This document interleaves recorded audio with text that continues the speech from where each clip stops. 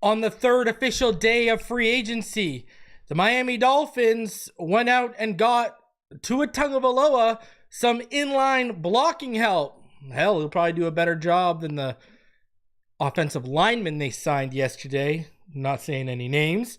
Also, the Miami Dolphins, when Reggie McKenzie left for the Titans, he left a senior personnel executive role open, and they seem to have filled that. Also, after being rewarded multiple compensatory picks, the Miami Dolphins today had one taken away by the NFL. And no, Ross and McDaniel were not caught on a yacht. We will talk about it all. Smash the like button. Subscribe if you are new. And let's get into this.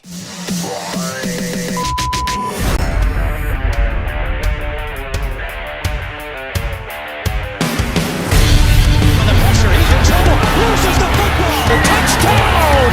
Got it! You have got to be kidding me. Jalen Waddle has a Dolphin touchdown. And he will score! Field down the near side, man open. Touchdown!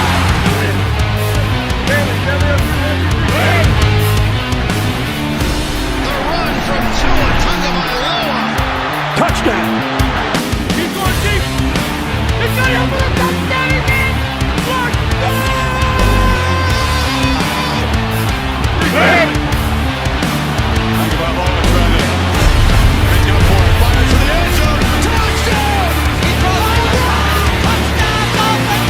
Beautiful day to be a Dolphin fan.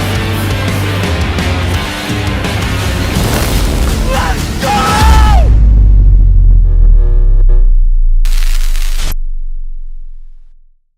What is good, Fin Nation? What's good? It's your boy Reason, and we are back here for another one. First thing I want to say is, listen, don't follow over the cap. Their numbers are wonky right now.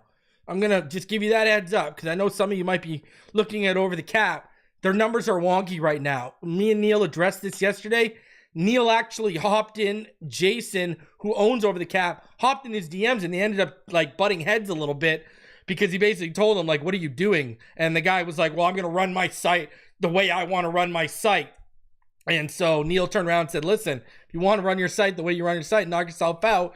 But I'm just trying to help you run it right. So I wouldn't be stressed about that. Don't follow over the cap right now. All right. What's up, Reason? What up, Phinside fam? Fat Boy, I think we have around well, we don't know what the tight end's number today, but we have around 6 or 7 million. So that last I knew yesterday. I don't know what it is now though. So shout out to each and every one of you coming through. I can see people already. Oh my God, we already lost one. Smash that like button. Please do me that favor. Smash that like button. Smash it. If you're new, subscribe. We're on our way to 20K, and I'm going to do a giveaway to 5 different people. I'm sitting here over looking at half the prizes I got stacked up over here, just itching to give them away. So shout out to each and every one of you. I think all of us are still trying to heal a little bit from the Liam Eichenberg signing yesterday. I mean, I just don't get it. I mean, I posted on Twitter, and I'll say it here. Listen, I'm telling you. Yeah, do I think they're going to go Kenneth Grant or Will Johnson, especially with how they've treated the cornerback market right now? Yeah, probably. But I'm telling you, if Armand Membo or Will Campbell is within striking distance, if I was GM, you wouldn't have to do much to twist my arm and move up and get that left guard locked in. Let me tell you that much. Okay? Because I'm hearing, Liam Eichenberg thinks he's going to compete for a spot. They clearly told Liam Eichenberg he's going to have the chance to compete. That's the crazy thing. Right, Tom? I see Tom's comment right there. You know what the crazy thing about it is, bro? He's the one guy that can stay healthy and play games. But on the flip side, he's the one guy you don't want to play games. Think about that for a second. Like, man, I wish we could give his availability quality to a lot more players, especially on offense. But besides that, you know, I just can't. Listen. Here's my thing. You know how bad he is. I don't want to hear about the versatility. I don't want to hear he could play center. You got Meyer, a young kid that you're developing. Like, and what's crazy is I'm flabbergasted, yet I was telling all of you all offseason, watch, they're going to bring him back. I was telling you all offseason, they're going to bring this guy back, watch, on a cheap deal. And sure enough, here he is. We could play one position, water boy, but he might even mess that up. You know, guys who ask for water will get Gatorade. Guys who ask for Gatorade will get water. He'll find a way to frick it all up. You know, my thing is, you've had this guy in the building for 4 years. You've seen how much of a liability he is. I don't care if you've got scheme familiarity or if you've got coaching familiarity. Like, what does that matter when the guy, you know, when the guy's a garbage bucket? You know, we got a term for people like this in hockey. We call them buckets, man. That's exactly what he is. He's a bucket. Like, you know, go look it up. Go look up hockey term bucket right now. And that is exactly what Liam Eichenberg is. You know? He probably signed on the wrong dotted line when he signed his extension yesterday. You know, like, I don't it's the literal definition of insanity. Doing the same thing over and over again and expecting the same result. Man, he's lucky Stephen Ross don't know football. Because if I was the owner of the team and I had the level of knowledge of ball I have right now, buddy, I would have sent Grier packing yesterday. I would have said, brother, as soon as that ink dries, you better clear out your locker, your office. I'm not even joking. Like, what are we doing here? Like, what are we doing here? Like, it's so mind-numbing. Like, Tevin Jenkins is still I'd rather you throw a bunch of money at Tevin Jenkins than this trash. You know? I just don't get it. It's mind-boggling. I'd rather you bring in an aging Greg Van Roten than this guy. I'd rather you bring in an aging Brandon Sheriff than this guy. I'd rather you have brought in Will Hernandez. Daniel Brunskill, I've mentioned him multiple times. These guys are not going to break the bank, man. Buddy, I'll do you one better. And I don't even want you to bring him in. Michael Dieter's a free agent, and he's probably better than Liam Eichenberg. Think about that for a second. If that doesn't slap you in the head, I don't know what will. Well, they saw Robert Jones get signed by the Dallas Cowboys, and they're like, oh, maybe we were wrong. Maybe they are decent. Man, I would have rather you throw $9 million on a 1-year deal to a 34-year-old Kevin Zeitler than this trash. I'm serious. I'm not even joking.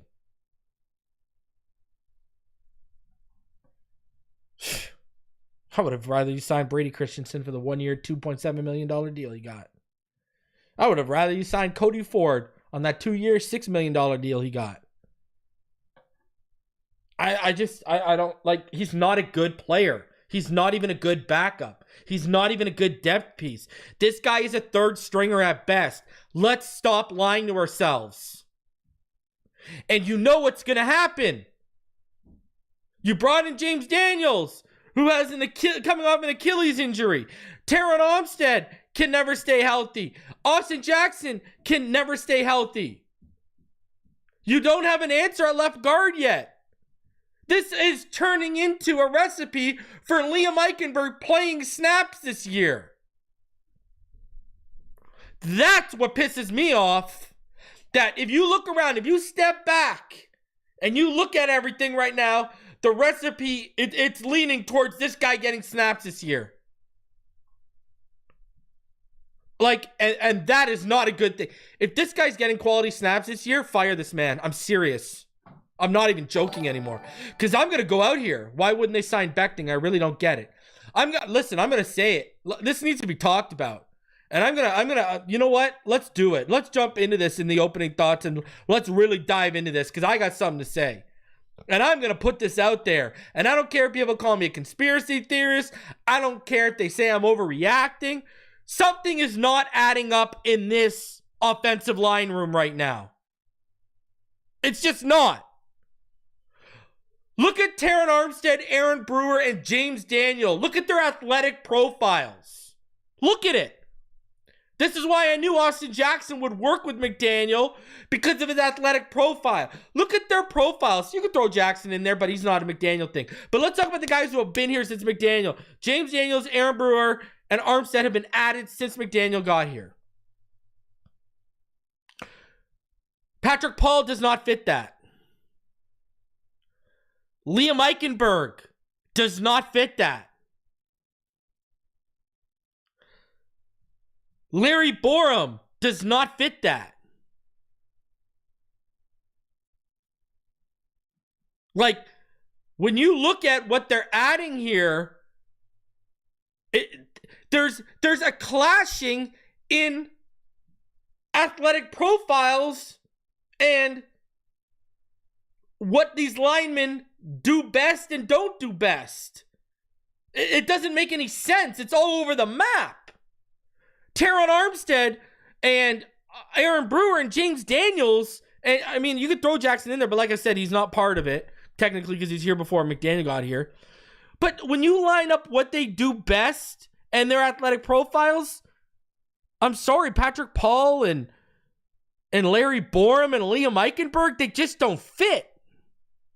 Ryan Hayes doesn't even really fit it. Jason Hines doesn't even really fit it either. So, like, it's just very confusing to me. It's really, really confusing to me.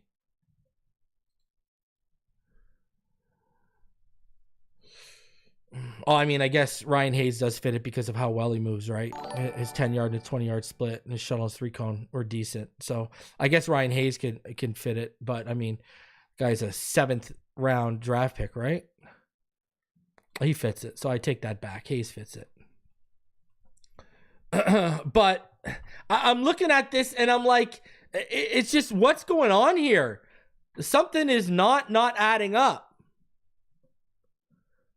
and it's really irritating. I'm going to tell you that much. It just doesn't. I don't know. It just doesn't, like, you know. I don't know. Again. You know, for those people just tuning in right now, where I'm at, it just doesn't make sense. Armstead, Brewer, Daniels, they move better and they do things, especially open space, a lot better than guys like Liam Eichenberg and Patrick Paul and Larry Borum and Jason Hines, who's not a good athlete at all. He's a decent athlete. I wouldn't call him a good athlete. He got zero agility. Let's put it that way too. So I don't know, man. It seems like, and for those who aren't kind of grasping what I'm saying, it seems like, you know, like Jackson Carman, you know, like another guy is like, you know, it just seems like, I don't know. It just seems like Grier and McDaniel got different visions for what they need at guard and tackle. Specifically guard. Let's stick at guard right there. Like, you know, McDaniel and his coaching staff are the type that would want a James Daniels, not a Liam Eichenberg on their interior. That, like, it doesn't. Let's just stick with the interior. Let's not name everyone else. Let's just use James Daniels being signed and Liam Eichenberg being brought back as another example. Stylistically, athletically, like, they're polar opposites. And it's not like Eichenberg is like, just a power gap drive blocker guy. He doesn't even have an anchor. A plastic toy boat with a little plastic anchor might have a stronger anchor than Liam Eichenberg. I don't know, man. Like, let me tell you this. You look at Armand Membo, you look at Will Campbell. Those are guys Mike McDaniel would want. With how they tested, how they move, et cetera, et cetera. Like, it's clashing. Something's not making sense here. I felt when they brought in James Daniels, we were starting to move towards, okay, they're changing it. Like, they're changing the guard. Now, we're going to see Mike McDaniel and his staff have more say. And this is probably why they're moving Larry Borom potentially in the guard. Right? Larry Borom struggles into his kick slide. He's not a good mover side to side. He's not an agile individual. So they see him as good size, decent athleticism for that size. Decent power for his size. But because he's not good in open space, because you don't want to put him on an island, due to the lack of agility, that's probably why he's going to put him in a phone booth. But even still, Larry Borom, like, his tape is not good. Tape terrible. So they must see something. I don't know. I'm just sitting here looking at this like, I don't get it. This just is, this is 2 + 1 = 4 type of stuff. It's really mind-boggling. It really is. Like, I would have thought McDaniel and company would have said, no, we want someone who moves better than Liam Eichenberg. We want someone with at least an anchor and a little bit of movement in space. Right? And, that's why you can't fully rely on, you got to rely on the tape. You can't rely on the combine much. Let me tell you this. If I told you that Liam Eichenberg had 33 bench reps at the combine from what you've seen on tape given his anchor, would you even believe me?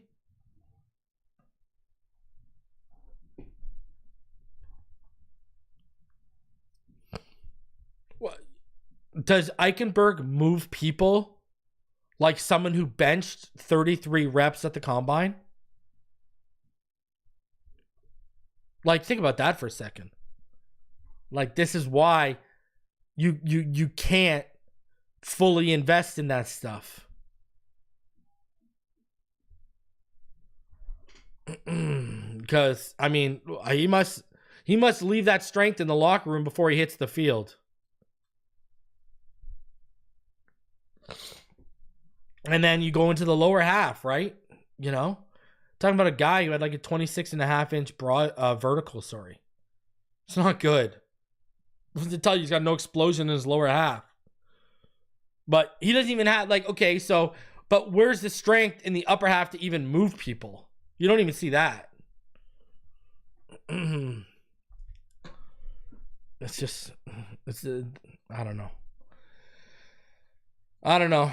I'm going to tell you this, man. I had hopes that they were going to fix this offensive line, and now I'm looking at this being like, here we go. Same SHIT, different pile. These guys are going to plant their flag and go down with the ship. Hey, kudos to you. But, brother, I ain't here. I'm not trying to waste another year of my life. And these guys are moving like, these guys, it's one thing to move like you got to retool and tweak your roster because you think you're a contender. It's another thing to move, like, other than James Daniels and Nick Westbrook, it's turned into status quo. It's literally turned into status quo. You brought back Dotson, brought back Eichenberg. Like, it's literally turned into status quo. That's crazy. That's crazy.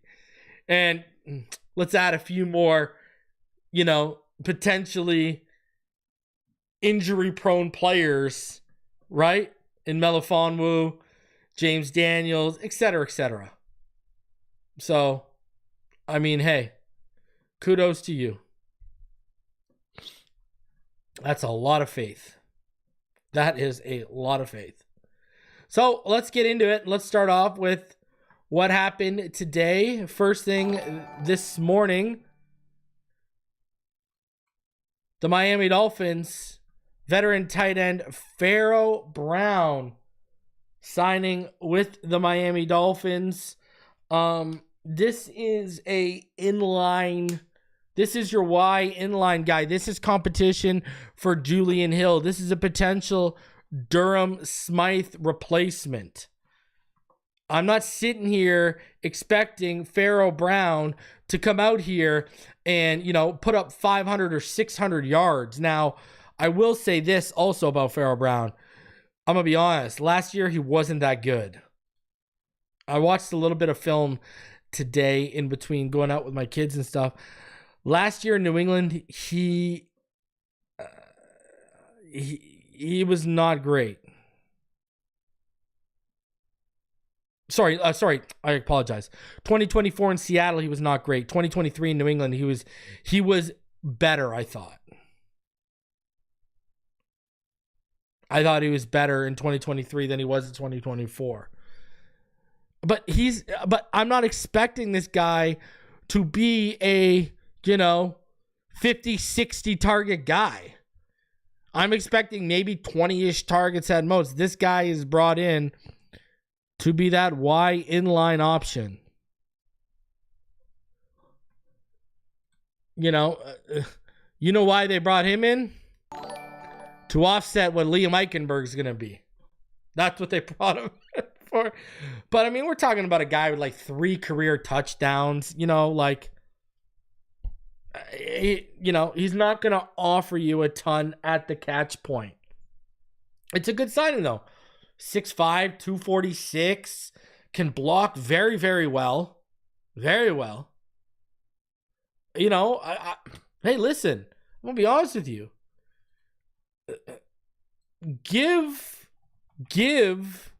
All right? Give Julian Hill that run for his money. Please. Oh my God, please.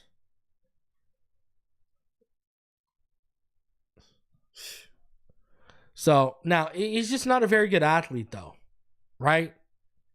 He's just not a very good athlete. You're talking about like a 4.8 speed. Yeah, he's not that. He's just not a really good athlete. Not going to offer you anything after the catch, really.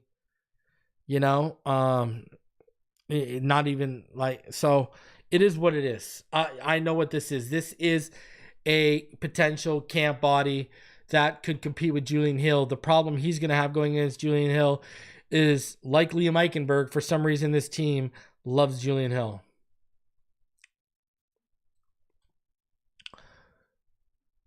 Why wouldn't they sign Becton? I really don't get it. Probably because Becton's like the top left guard option. A lot of the options left are right guards you'd have to convert, or guys who play both sides but have been recently playing right guard. So Becton's one of the top left guard options. He's got age on his side. He's probably seeing what his options are. I'm tired of seeing Eichenberg get spun like a top and thrown on the ground. I wish they would pay me millions to do what Eichenberg does. Hey, brother, send in your job application. It couldn't be that hard if they're hiring Eichenberg. You think Champ was Ross's reaction to Liam's contract? No, I think they needed to fill that senior personnel executive role. I think he's a highly touted, up-and-coming executive, and there you go. Not worth losing a pick. So, I pay the man. Becton is worth the investment. Think about this. I want you to really sit back and think about this Scard situation, okay? if James Daniels didn't have the Achilles injury last year, he's probably making 15 plus million given what Aaron Banks got paid. So that's number one. Number two, if he was getting paid that, would we have even been in the market? Not going to take you long to figure that one out. Number three, do you see? That kind of tells you what his budget is. Do you see Chris Grier spending more than what he just spent on James Daniels on another guard? I don't even see him spending the equivalent. So think about this for a second. An $8 million in annual average was seemingly his cap coming in at that position for one player. What would he pay a second player? They want to get him on a deal. And if they can't get you on a deal, sayonara. And now the theories are going to run rampant. Is it because Ross has said, no more spending my money? Or is it because they think they're that close to having a championship team? I really hope it's not the latter. Because if they really think they're that close and this is all they've done, they're in for a rude awakening. And it's not going to be very happy. They're not going to be very happy when they wake up from it. So, I got no faith that they're going to sign someone like Becton. I would be shocked. Like, look at what they're doing. Like, they were willing to spend money on Dre Greenlaw, but they weren't willing to go up over $11.5 million-ish dollars. So they pivoted to Tyrell Dodson, who cost them what, like $4 million a year? A little over $4 million a year? Like, that's a big pivot. That tells you they were probably only offering Dre Greenlaw similar to what they were offering James Daniels. And here's a real interesting food for thought for you. Put this one on your plate and try and eat it. What if they would have succeeded with Dre Greenlaw? Would they not have spent that $8 million on James Daniels?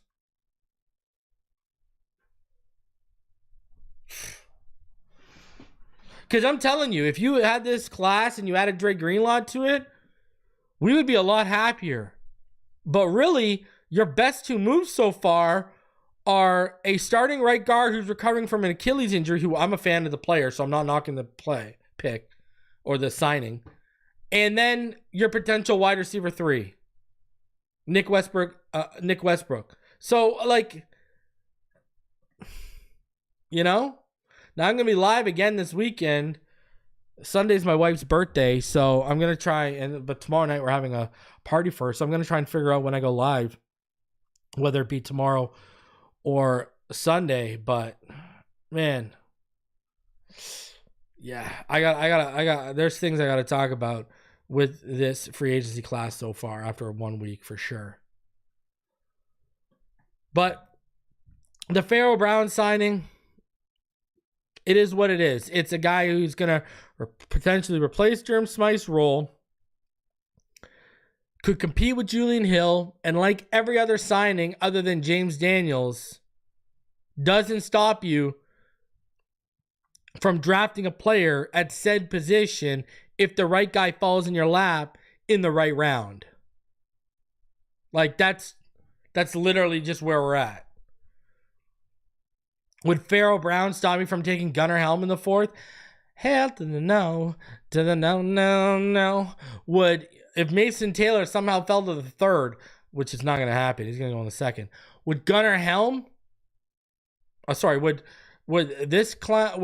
Pharaoh Brown stop me from taking a Mason Taylor if the value's right? No.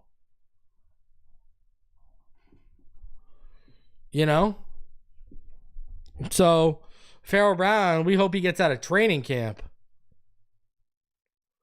So, it is what it is. There's not a lot of upside to that signing. He is what he is at this point. He's been around the world. He's been hated, right? So, he's been around, 2 stints in Cleveland, a 3-year stint in Houston, a 1-year stint in New England, a 1-year stint in Seattle, which he was not good last year in Seattle. So, but again, I don't think they're taking, I've told y'all, I don't think they're taking a Tyler Warren or Colson Loveland in the 1st. But once you get out of that first, all bets are off because a player like Pharaoh Brown ain't stopping you from taking anyone. Just like Liam Eichenberg would not stop me from trading up for Will Campbell or Amon Membo, or sitting firm at 13 if both those guys are gone, and taking a Kelvin Banks if he falls in my lap. Sorry, Liam. The Miami Dolphins today, they lost a compensatory pick after being rewarded an extra 7th. So the NFL, they rescinded a compensatory pick. As it turns out, the Miami Dolphins will indeed have 10 draft picks, including 3 compensatory selections as originally expected. The NFL on Friday morning went back on a surprising announcement Tuesday night that the Dolphins had 4 compensatory picks for a total of 11 draft picks. Miami no longer has an extra 7th round pick that was awarded to the team as of Tuesday, which was the 256th overall selection. The reason being a miscalculation from the NFL Management Council in its compensatory pick formula. The league calculates which teams get the compensation, which can come in the form of an additional draft pick at the ends of round 3 through 7 in late April, based on how many players left and came in as qualifying free agents the previous offseason. The Dolphins were previously getting an extra 7th rounder due to wide receiver Cedric Wilson Jr. departing to the New Orleans Saints in the 2024 offseason. That was not supposed to be, and now the Saints have an extra pick at the end of the draft. Miami still has 3 compensatory selections, and a 3rd round pick for losing Robert Hunt to Carolina, an additional 4th round pick due to Christian Wilkins headed to the Las Vegas Raiders, and 1 7th round pick because the Dolphins had safety Deshaun Elliott sign with the Pittsburgh Steelers. Bringing in Jordan Brooks, center Aaron Brewer, and cornerback Kendall Fuller, while losing Andrew Van Ginkel, Brandon Jones, and defensive tackle Raekwon Davis, all canceled each other out in the 5th and 6th round tier of compensatory picks.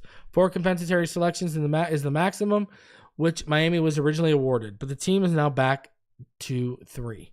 The Dolphins at 10 draft picks in the 2025 draft now officially with an asterisk indicating compensatory picks.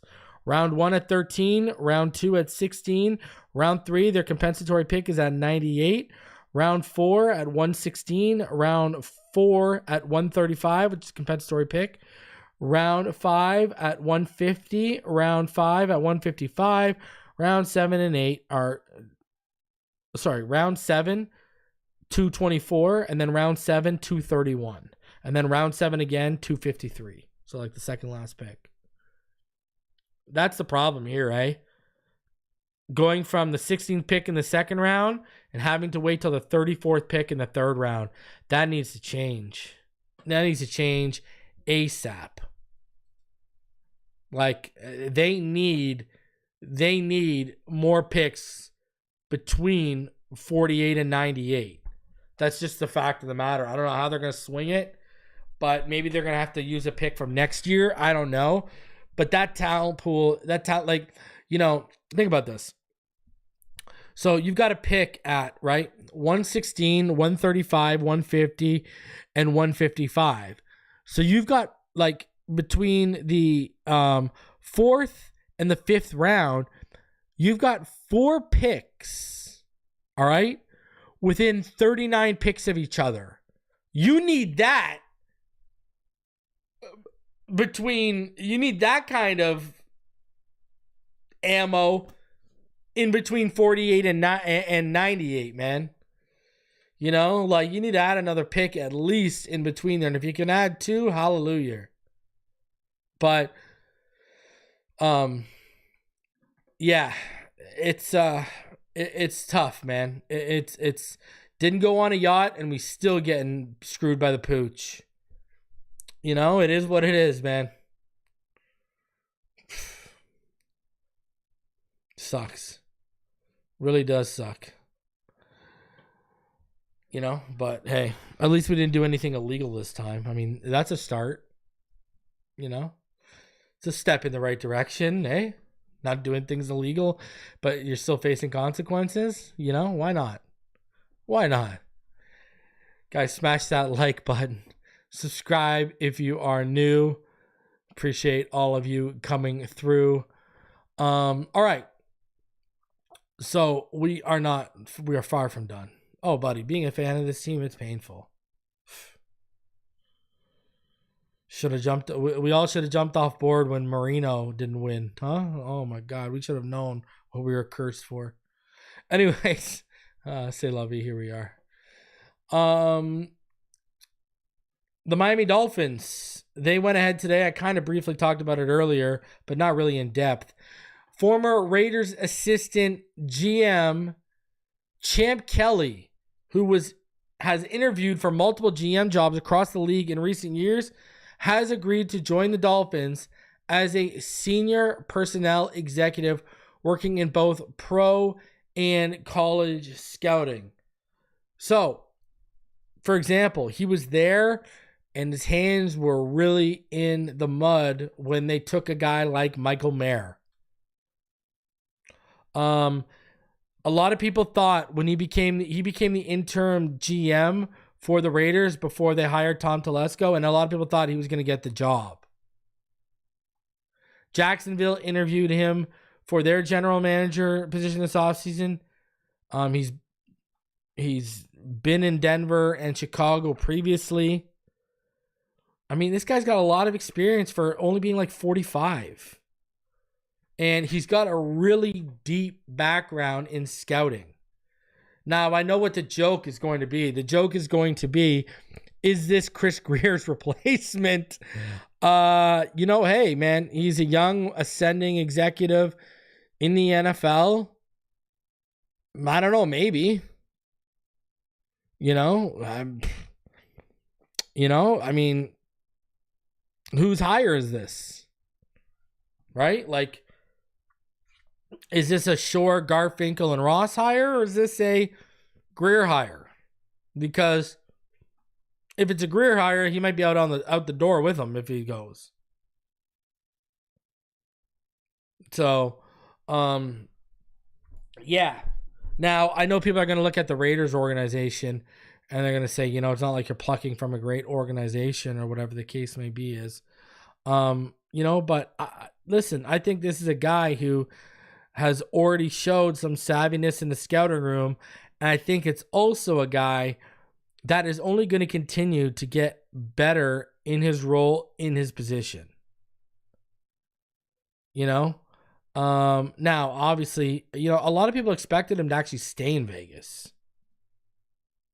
So, now, because they cleaned out the whole front office, basically, that's why he was gone. But he was a analytics guy in college and pro scouting. He really had his hands in the mud in the draft process. So, he's probably going to have a lot of job interviews next season as well. He might only be here for 1 year anyways. Now, I do think, listen, everything I've heard, I mean, I've read up on him and, everything I've heard is this guy is a very, very intelligent individual. Very, very smart mind is what I've heard. So, because I've actually read some Raiders articles about him to kind of get a grasp of what he is in terms of like the football IQ and as a person. And a lot of the articles that were Raiders centric after his departure, mind you, not while he was there, were very positive about him and said nothing but really good things about him. So I do think, they got a good one here. So we'll see how it plays out. They brought him a month before the draft class. So, he will be in here and he will probably be expected to be a big part of this year's draft. So let's see what he does, man. Let's see what he does. I'm hoping, man. I hope he walks in there and he says, "What are you guys doing with Liam Eichenberg? Are you crazy? I just finished his film. Are you nuts?" That's what I'm praying for. Shout out to Barry Jackson. He had a really good article. And I wanted to go over it with you guys because I thought it made a lot of strong points. So, and it's about patterns that are continuing in free agency that we've seen from this team before.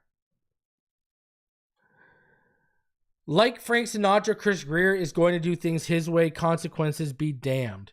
During the first week of free agency, the Dolphins general manager found good bargain. And hey, I told you he'd be bargain bin shopping. So I'm not surprised that I'm 1 second into this and I'm seeing, anyways. The Dolphins general manager found good bargains with James Daniels and Nick Westbrook Ikhine. Is that what it is? I believe that's how you pronounce it. Oh, sorry. Ikhine. My bad. Nick Westbrook Ikhine. And 2 safeties who have played well when healthy. He hasn't overpaid for anyone except maybe number 2 quarterback Zach Wilson, who will pocket at least $6 million. But on 2 fronts, Grier continued a risky pattern that has marked his stewardship of the franchise, often to his team's detriment. Front number 1, as usual, the Dolphins added several players with significant injury histories, including one in, Melifanu, who has been on injured reserve 5 times in 4 seasons. That has been a constant of the career regime, and one he downplayed when asked directly about it in January. In 2 cases, the Dolphins again ignored performance red flags that would be obvious to anyone with internet access or a subscription to a metrics website. There's a common theme linking those 2 trends. The Dolphins' Pollyanna-ish view that things will be different once players arrive here. Narrator, they often aren't. The continuing embrace of players either coming off major injuries or with a history of maladies remains among the most perplexing proclivities of this regime. Now, let's be clear. Injuries are common in football. It's difficult to find players who haven't missed time. And credit Grier for placing an often injured linebacker in Anthony Walker with a younger, healthier one in KJ Britt. But the Dolphins generally sign too many players who have missed too much time. New safety Melifanu was productive when he played, but missed time with a thigh injury as a rookie in 2021.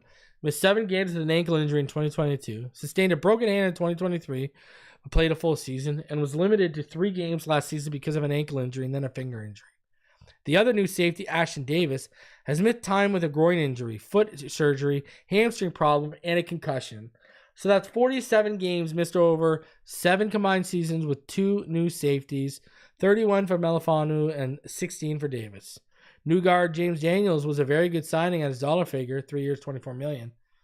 But it's coming off a torn Achilles that will sideline him until the early summer. To be clear, in this case, the move can be justified, even applauded, because Daniels' injury made him much cheaper than guards of similar quality who signed for far more elsewhere.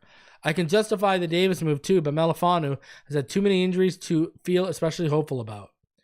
New tackle Larry Borum has missed significant time twice with ankle injuries, including one that sidelined him for 10 weeks last season. I can overlook that, but not his play. Also remember that the Dolphins pursued Denver-bound Dre Greenlaw, who tore his Achilles before the February 2024 Super Bowl, played in just 2 games last season. They pursued 49ers-bound, well, I think he meant Bills-bound, Joey Bosa, who missed 22 games the past 3 seasons before signing with the Bills. Kudos for not overpaying for either. Grier has taken his chances with players with injury histories again and again, and the results have often been what you might expect. Bradley Chubb arrived with an ACL tear and a serious ankle injury in his past and sustained another serious knee injury here. Will Fuller arrived here having missed 27 of 80 games and appeared in only 2 games in his 1 season here, a waste of $11 million. Walker Jr. arrived here with a history of injuries and missed 3 games with hamstring and knee injuries last season. Odell Beckham Jr. arrived with a history of major recent injuries, then wasn't ready to start the season after a knee procedure that Miami was aware of. Isaiah Wynn arrived having played more than 10 games only once in 4 years in New England, then appeared in 13 of 34 games in 2 seasons here. Taron Armstead, who hasn't played a full season in 12 NFL years, has missed 13 games as a Dolphin, but justified his contract when he played. I don't view that as a mistake because of his elite play. The Dolphins gave Tua Tagovailoa a $212 million contract after his only healthy season, then watched him miss 6 games with another concussion and hip injury. When asked in January if the Dolphins need to increase their emphasis on a player's track record of durability and availability, Grier said, "It's always a fine line. There's 100% injury rate in football. We always talk about that. We always have discussions with our medical staff. We look at guys' injury history when they're in college and high school stuff too, when we go back. He does that so they can get him even cheaper. I'm joking. We're told, am I though? We're told Miami studied Daniel's medicals regarding his Achilles recovery before signing him this week. There's always risk in signing players, Grier said, but you don't want to miss the opportunity of adding a good player to your roster and being afraid to make a move and missing out on someone that may become a really good player for you because you're scared of something that happened a couple of years ago. Some of the Dolphins' acquisitions of players with recent major injury have worked out, including Jordan Brooks, who has very good 18 months off a torn ACL. David Long Jr., who was called a soft tissue injury repeat offender by Mike Vrabel, missed only one game in his year and a half in Miami. And no team signs a lot of players who have had perfect attendance. It's a violent sport. It's also important, and the Dolphins have received a discount on some players because of their injury histories, though not with Tagovailoa, originally with Armstead or Chubb, both of whom subsequently took pay cuts after injuries sidelined them. But if you keep signing players who have had either major or a bunch of less significant injuries in the past, the odds seem higher that they are going to break down again. Here's the other odd pattern that continued in week 1. The Dolphins sometimes overlook the most basic of performance-related red flags. Of the 3 veteran backup quarterbacks signed during the offseason in the McDaniel era, 2, Mike White and Zach Wilson, had one thing in common. Each had one of the worst passer ratings in modern NFL history. Among active quarterbacks who have started at least 15 games, only Anthony Richardson has a worse passer rating than either Wilson or Mike White. Including Tim Boyle, the Dolphins have had 6 backup quarterbacks on their active roster during the McDaniel regime, and 3, Wilson, White, Boyle, have 3 of the lowest NFL passer ratings that's crazy. Fun fact, Miami's last season came against a quarterback with the worst active passer rating, and that's Dorian Thompson-Robinson. In the case of new number 3 tackle Borum, the Dolphins are overlooking the fact that no NFL player who's had less than 240 pass blocking snaps allowed as many sacks last year as Borum, who permitted 7, along with 22 pressures per PFF. Aside from Fred Johnson from Philadelphia, nobody who played meaningful snaps was close to as bad in sacks allowed per snap. The Dolphins weren't dissuaded by the fact that Borum has allowed 20 sacks and 93 pressures as a part-time player over 4 seasons. The Dolphins have glossed over stuff like this routinely. In 2021, they signed Justin Coleman immediately after he had the worst passer rating among every NFL slot cornerback in 2020. No wonder he was benched the next season as a Dolphin. They signed safety Jordan Poyer after he allowed a 101 passer rating as a Bill in 2023 and showed clear signs of decline. No wonder he permitted a team worst 130 passer rating as a Dolphin. Pro tip, if the Bills believe you're not the player you once were, believe them. They signed Benito Jones last year after PFF ranked him 124th out of 130 defensive tackles and one of the 3 worst against the run for Detroit in 2023. No wonder he ranked 88th of 118 defensive tackles last season and 79th against the run. This is not to say that stat lines and metric sites should dictate personnel decisions. Give the Dolphins credit for knowing that Chop Robinson's tool set would translate to the NFL, even though he produced just 15 total tackles for Penn State in 2023 and just 2 sacks against FBS teams. But there's some simple stuff. Terrible pass coverage metrics or throwing more interceptions and touchdowns as White, Wilson, and Boyle have done. That should be given more weight with decisions as important as nickel corner and the number 2 cornerback.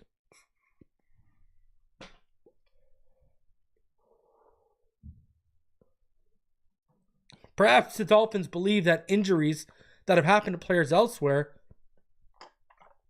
or the shortcomings exposed in previous stops will not happen here because of McDaniel's coaching. Okay.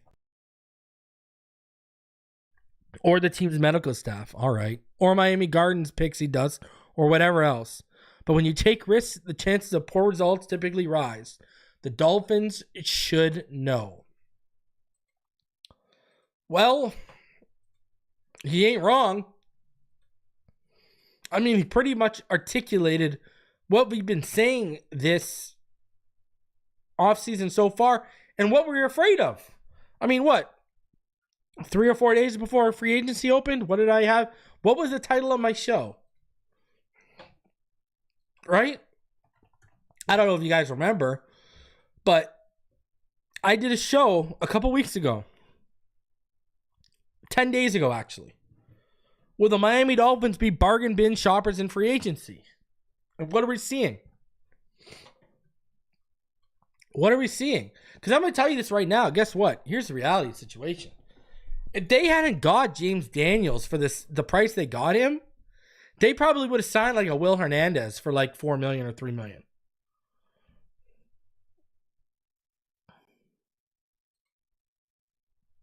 That's just the reality of the situation.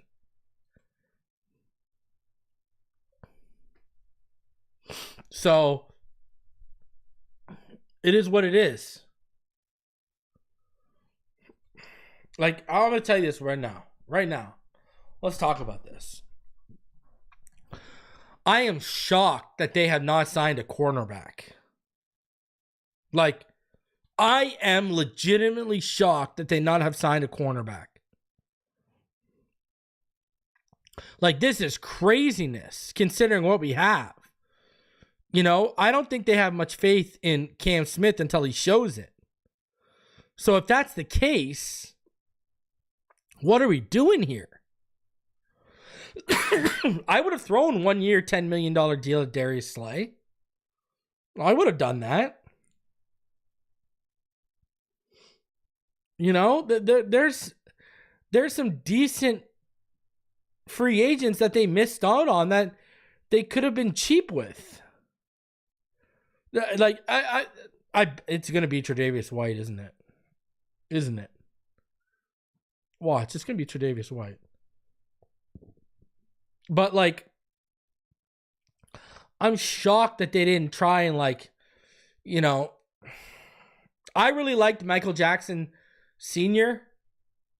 You got a 2 year, $14.5 million deal. That's not bad at all. That's very similar to what you handed out Kendall Fuller.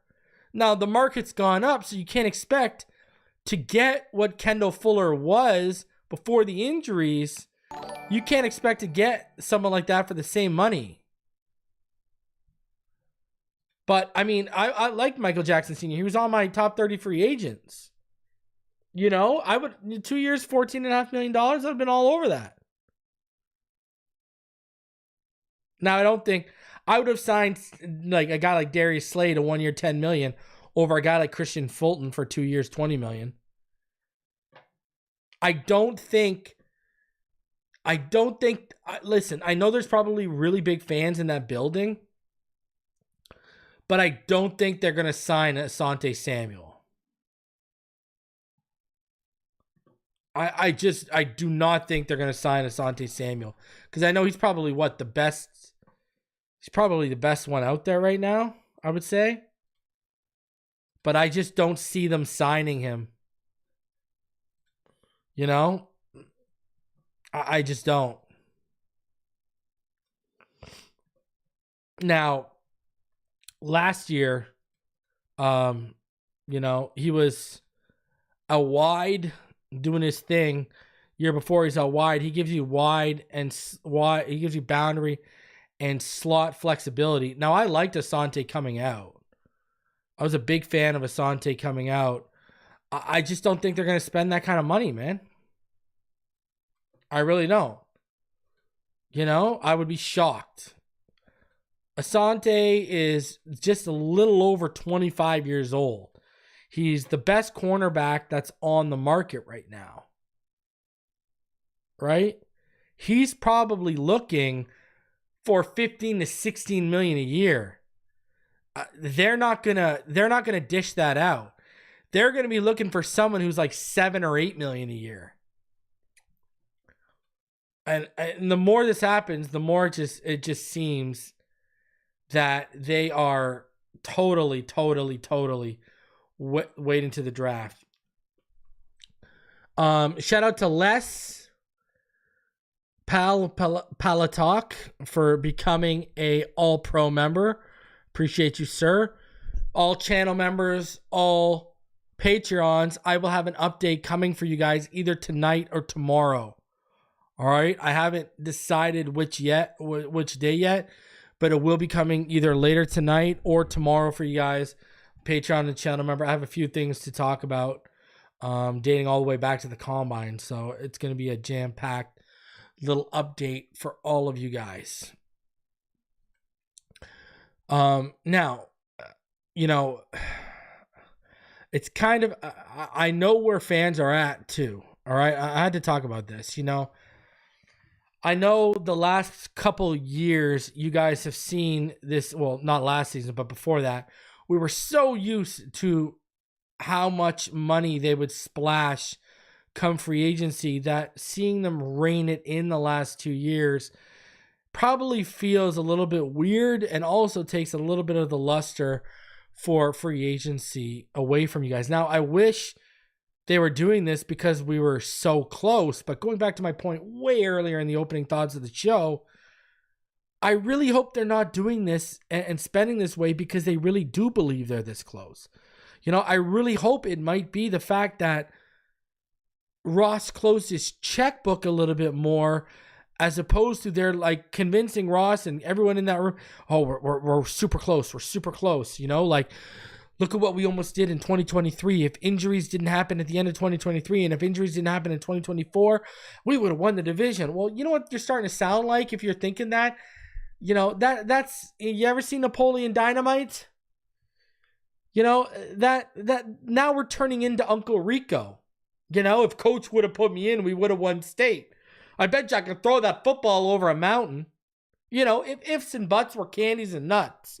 And that, I hope they're not I hope there's not some delusion running rampant in that front office. Because if I hear that it's Ross cutting back the spending and reining it in some, that would make me feel a lot better than me hearing, Grier and them are spending this way because they think they're that close.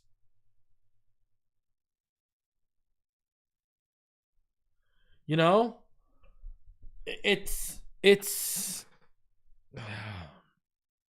I don't know, man. I don't know. Like, I'm really, really watching I've already been thinking about the stuff that Barry Jackson laid out in that article, and you just watch the way they spend, and you really hope it's not because of delusion.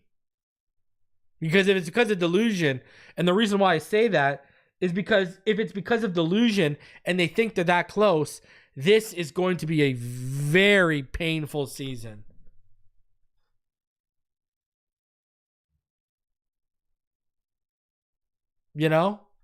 That's the reality of the situation. And again, none of the moves they've made, whether it be Pharaoh Brown, whether it be Liam Eichenberg, really the only move you've made in James Daniels is far and away a starter that you don't have to worry about replacing or that you wouldn't replace in the draft. Because here's another thing a lot of people aren't talking about with you guys yet. And it's March 14th. So let me put this down. I want you guys to open your ears right now and listen to what I'm about to tell you. Because this is the real talk. The reason real talk right here. How many of these are 1-year deals? We are going to be right back. Even James Daniels is a 1-year deal if you think about it. Look at the structure. They can get out after 1 year. What does this tell you? We're going to be doing this all over again next offseason. If these guys are still here. We're going to be doing it all over, same way, same style. And that is not good.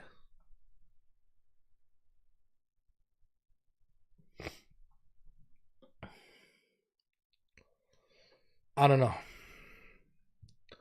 Listen, I'm going to be live this weekend. First week of free agency is in the books, basically. And we're going to be handing out some free agency grades this weekend, all right? We're going to be handing out some free agency grades. I'm going to figure out tomorrow I have my wife's birthday party. Sunday is my wife's birthday. So I'm going to figure out which one of those 2 days I can go live.